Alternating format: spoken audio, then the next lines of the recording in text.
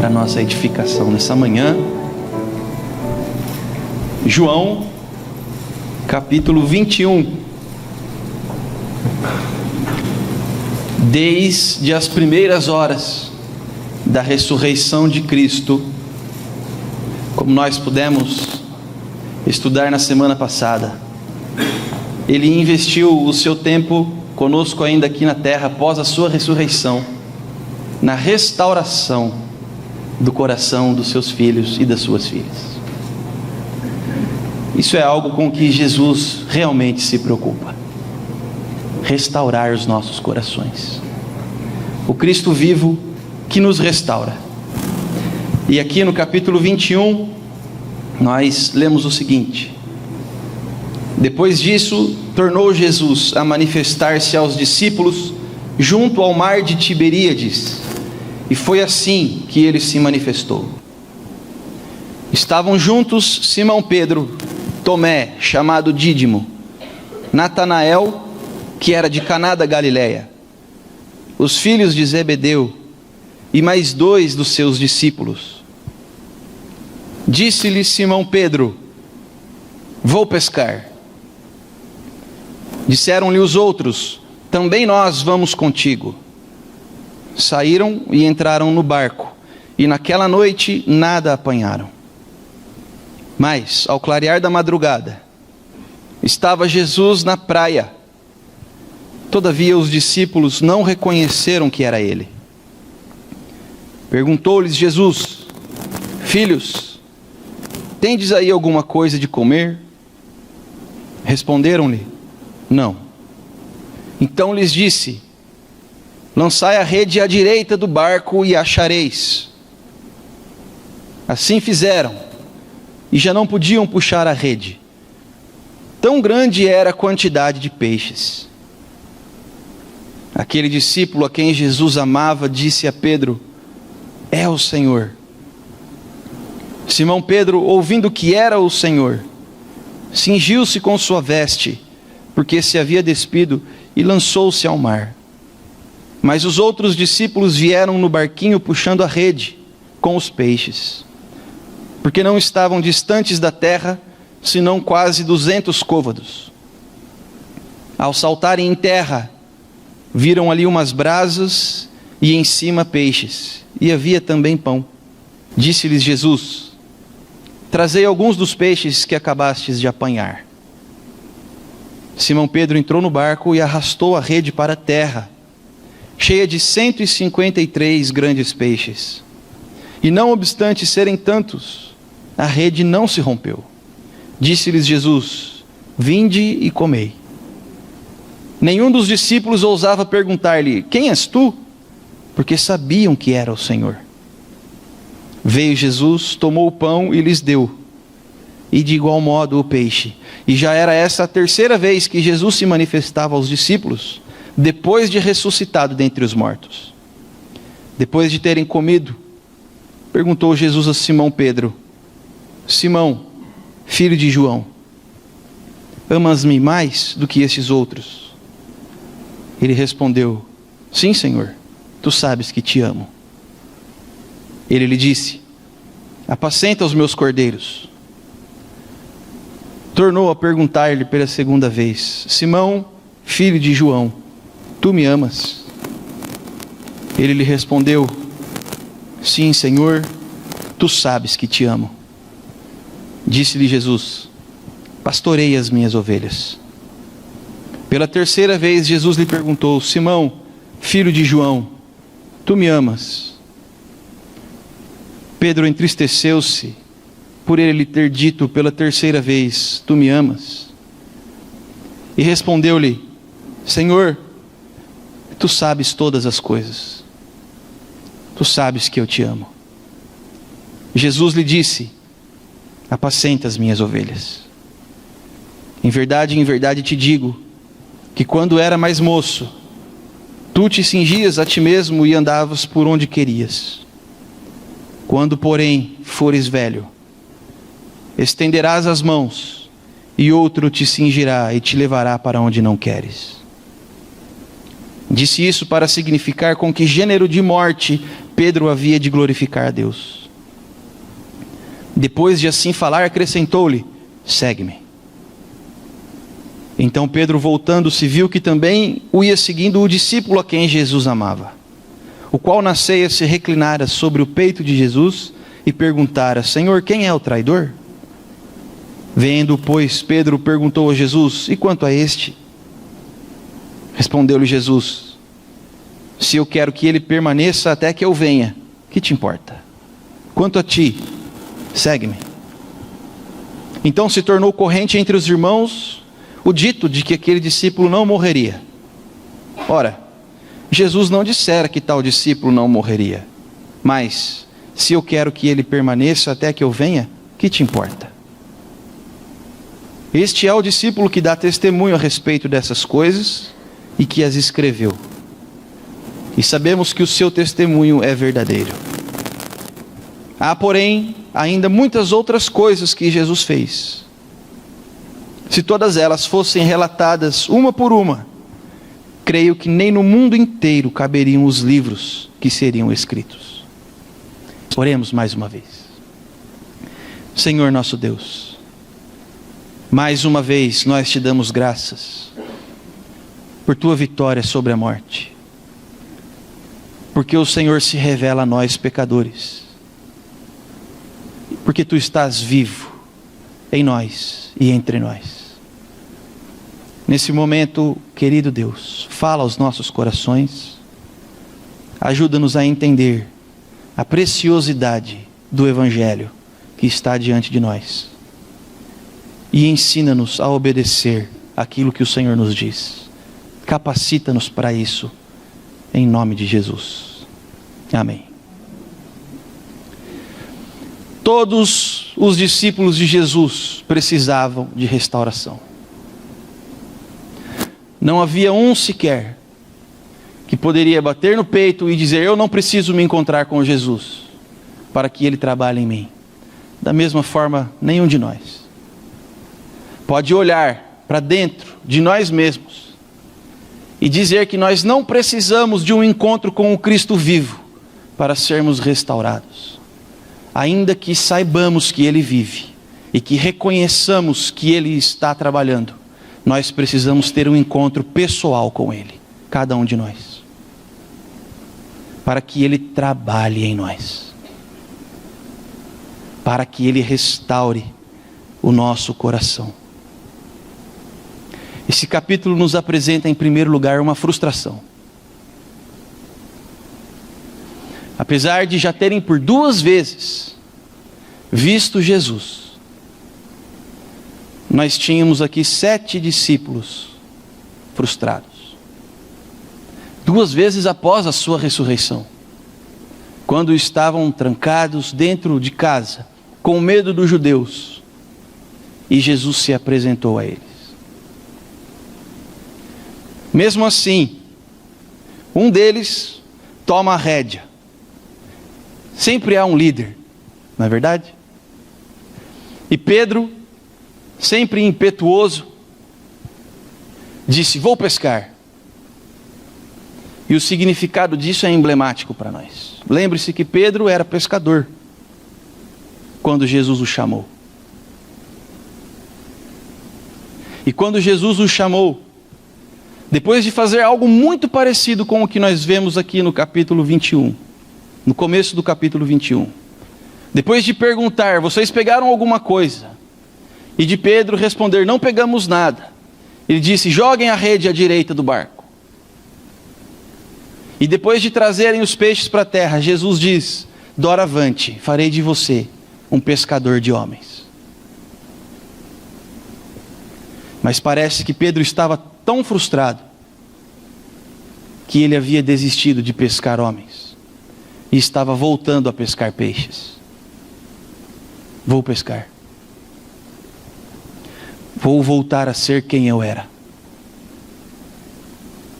Porque os meus planos, as coisas que eu pensei em que poderia viver com Deus, não deram certo. Eu o neguei. Eu disse que morreria com Ele, mas o neguei. As coisas não aconteceram como eu gostaria que acontecessem. E eu sei que Ele está vivo. Mas para mim, acabou. Quantas pessoas nós conhecemos por aí que vivem dessa forma? Quantos de nós, muitas vezes, já nos frustramos com a forma com que nós tratamos as coisas de Deus e pensamos em voltar atrás? A frustração é algo natural do ser humano. Todo ser humano é frustrado por natureza. Porque mesmo que ele não reconheça isso, lá no seu íntimo, no seu interior, a sua alma grita que algo aconteceu e não era para ter acontecido. Todo ser humano sente a necessidade de Deus. Mas esse acidente trágico, que se chama pecado, que nos faz separação de Deus, nos frustra profundamente.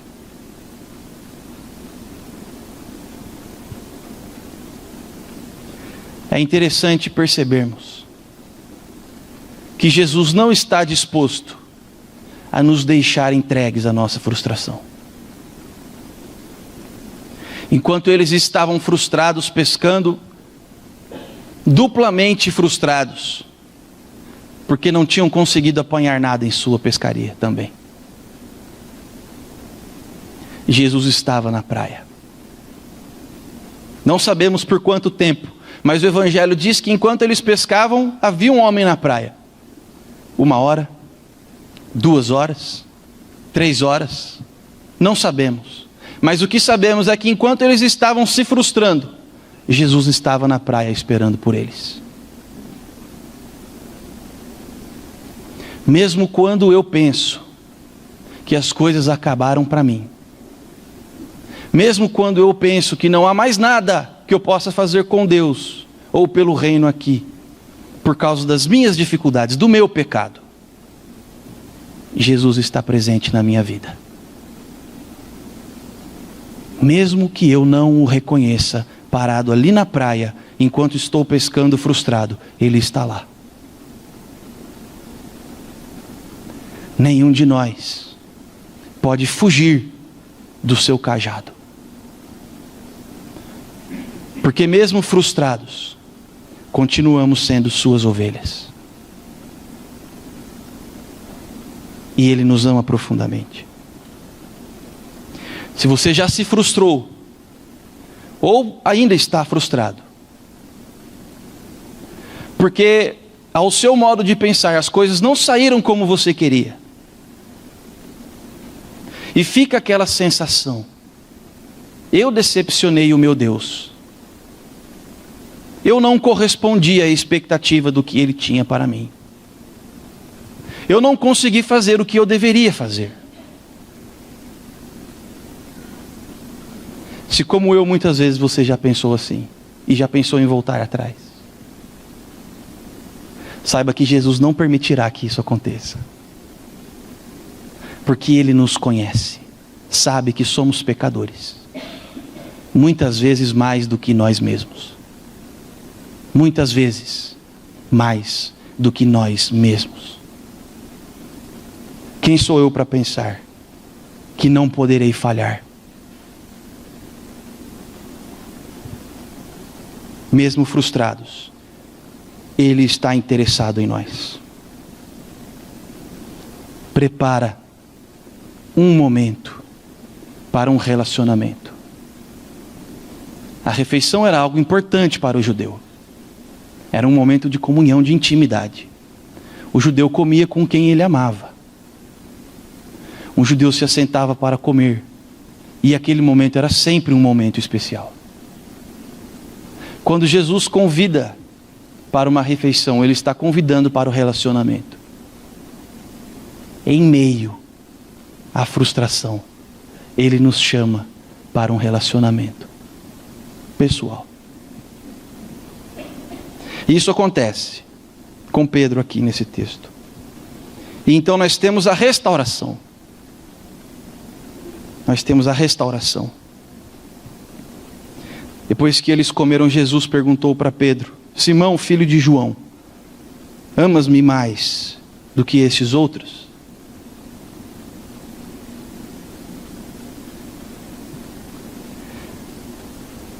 Pedro não respondeu bem. Sim, Senhor. Amas-me mais do que esses outros? Sim, Senhor. Não é verdade. Jesus usou a palavra ágape para perguntar se Pedro o amava. Pedro, você me ágape mais do que esses outros? Por causa dessa resposta, Jesus perguntou novamente. Mas aí ele não colocou o mais do que os outros. Pedro, você me ágape? Sim, Senhor.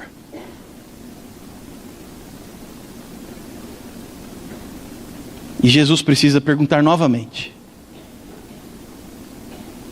Tá bom, Pedro. Cuide das minhas ovelhas. Eu vou te perguntar mais uma vez.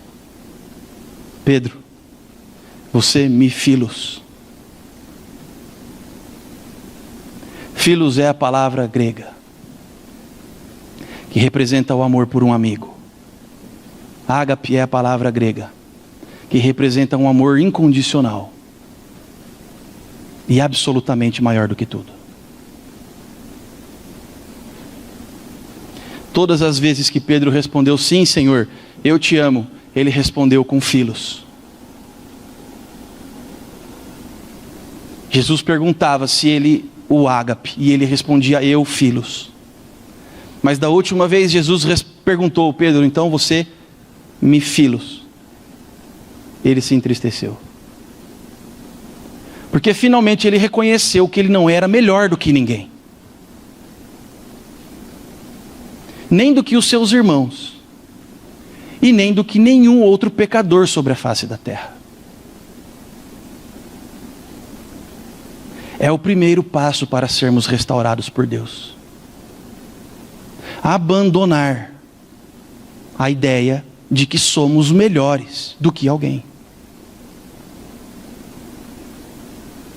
Qualquer um dos discípulos poderiam ter negado Jesus. Aquilo poderia acontecer com qualquer um deles e com qualquer um de nós.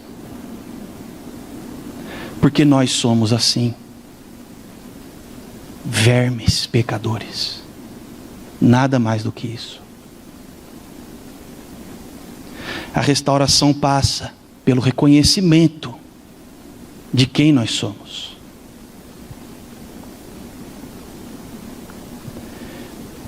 E claro que Jesus restaura publicamente a vida de Pedro. Depois que ele o nega 3 vezes, ele afirma que o ama 3 vezes. E isso é suficiente. O perdão do Senhor e o reconhecimento e o seu próprio perdão. Pedro se encontra e percebe que Jesus ainda acredita nele. E se Jesus, que é Deus, me perdoa, quem sou eu para não me perdoar? E então o que fica ecoando no coração e na mente de Pedro são as palavras que Jesus disse entre as suas perguntas. Cuide das minhas ovelhas, apacenta as minhas ovelhas. A começar daqueles outros 6 que estavam ali naquela praia. E a terminar por mim e por você. Porque não é Pedro que é o supremo pastor das ovelhas. Mas é o Cristo que coloca sobre ele essa autoridade. Cuida das minhas ovelhas. Quando nós falamos sobre restauração pessoal, automaticamente no padrão de Jesus, nós temos de nos lembrar que todo o que foi restaurado tem um dever comunitário. Pedro não viveria restaurado para ele mesmo. Pedro não viveria curado, perdoado, renovado para ele mesmo. Cuida das minhas ovelhas. Nós vimos semana passada quando Jesus encontrou Maria Madalena e tirou do coração dela a frustração, ele disse: vai e compartilha com os meus irmãos. Aumenta a fé deles, proclame, diga. Ninguém é restaurado para viver egoisticamente. Mas todo restaurado tem um compromisso com o rebanho de Cristo. Por isso é uma aberração alguém que se diz salvo e curado por Jesus Cristo dizer que não precisa da igreja, ou que não precisa ir à igreja para servir e amar a Deus. Porque entre responder que amamos a Deus está a missão: cuida das minhas ovelhas. Nós também precisamos uns dos outros. Eu preciso do seu cuidado. E sei que posso cuidar de você também, em algum momento da caminhada. Uma restauração completa, pessoal e comunitária. É essa a proposta de Jesus. E por último, nós temos, depois de uma frustração, a restauração e uma inspiração tremenda. Quando nós lemos os versículos 24 e 25, que encerram o Evangelho de João, ele diz que Jesus fez ainda muitas outras coisas, que foram testemunhadas pelos olhos de quem nos escreve esse Evangelho. Ele viu, ouviu e viveu. E nos escreve o que ele viu, ouviu e viveu. É 100% digno de confiança o seu testemunho. E ele nos diz que Jesus fez também muitas outras coisas. Mas muitas outras coisas mesmo. E se ele fosse colocar no papel cada uma delas, nem no mundo inteiro caberiam tantos livros.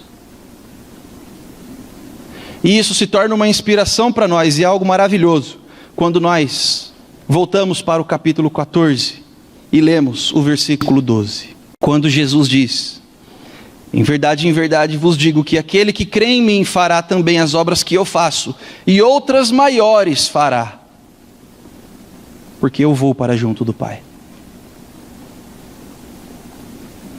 Aquele que crê em mim fará não somente as obras que eu faço, mas obras ainda maiores fará, porque eu vou para junto do Pai.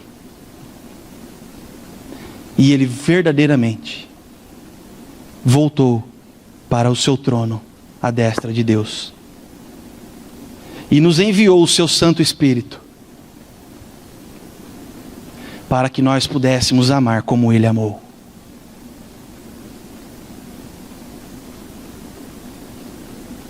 Para que nós pudéssemos cuidar como ele cuidou. Estender as nossas mãos como ele estendeu. Abraçar os pecadores como ele abraçou. Entregar algo de nós para a glória de Deus, como ele tudo de si entregou.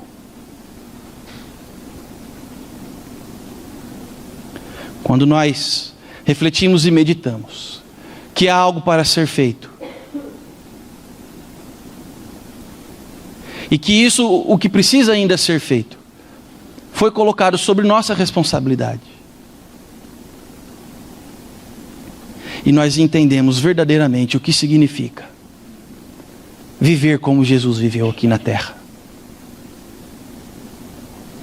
então o Evangelho se torna a maior de todas as inspirações sobre a face da terra. Não há nada mais profundo, grande e poderoso que um ser humano possa almejar do que viver o Evangelho de Cristo na terra. O próprio apóstolo João diz que o que nos foi deixado aqui é suficiente para conhecer o caminho da salvação. É o texto imediatamente anterior ao que nós lemos. E é o que nós temos. A pergunta que fica para nós é: ainda estamos frustrados? Se ainda vivemos frustrados, então nós precisamos reconhecer que Jesus está parado ali na praia, nos esperando para um relacionamento íntimo com Ele. Não longe, não distante, não ausente, em meio à nossa frustração, mas presente, perto. Os discípulos só mergulharam no mar e foram ao seu encontro, porque Ele estava ali. Não pense você que há em você o poder de escolhê-lo ou não. Porque quer queira você ou não, quer queira eu ou não, Ele está presente. Ele quis estar presente. É iniciativa dele. Mas hoje eu posso vê-lo, ouvir a sua voz. Perceba que foi a voz dele quem despertou os sentidos daqueles discípulos frustrados. Ouça Jesus falar com você. Ouça a sua voz e veja, com os olhos do seu coração, que Ele está presente, para restaurar você, e te dar um novo sentido para a vida. Uma missão, um chamado, uma vocação. Algo pelo qual vale a pena que nós entreguemos a nossa vida por isso.